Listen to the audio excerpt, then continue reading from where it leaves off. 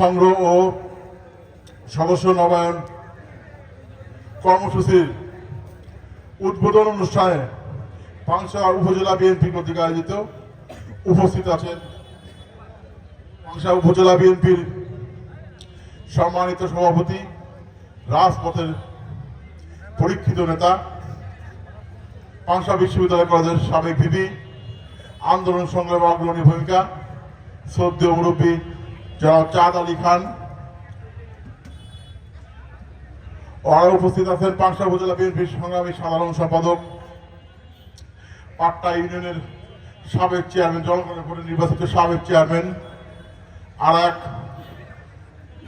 কারাল নির্যাতিত নেতা শাহ মোহাম্মদ রফিকুল ইসলাম সহ আমাদের জেলা বিএনপির দুই শীর্ষ কর্ণধার ও আরো উপস্থিত আছেন পাংশা উপজেলা বিএনপির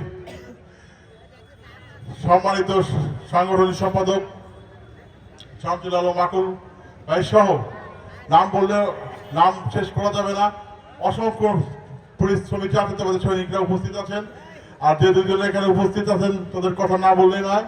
রাজবাড়ী জেলা বিএনপির সম্মানিত আহ্বায়ক লিয়াকত আলী বাবু এবং সম্মানিত সদস্য সচিব অ্যাডভোকেট কামরুল আলম সহ প্রত্যেকটি ইউনিট নেতৃবৃন্দ এবং আজকে সবার যে মূল আকর্ষণ, আজকে সবার যে প্রধান আকর্ষণ জাতীয়তাবাদী শক্তি প্রাণ ভোমরা, যাকে ঘিরে আমরা দুই আসনকে স্বপ্ন দেখি। দুই আসনের মানুষের তৃণমূল নেতাকর্মীর জন্য নির্লস পরিশ্রম করে যাচ্ছেন সাবেক সাধারণ সম্পাদক জনাব হারুন রশিদ হারুন ভাই।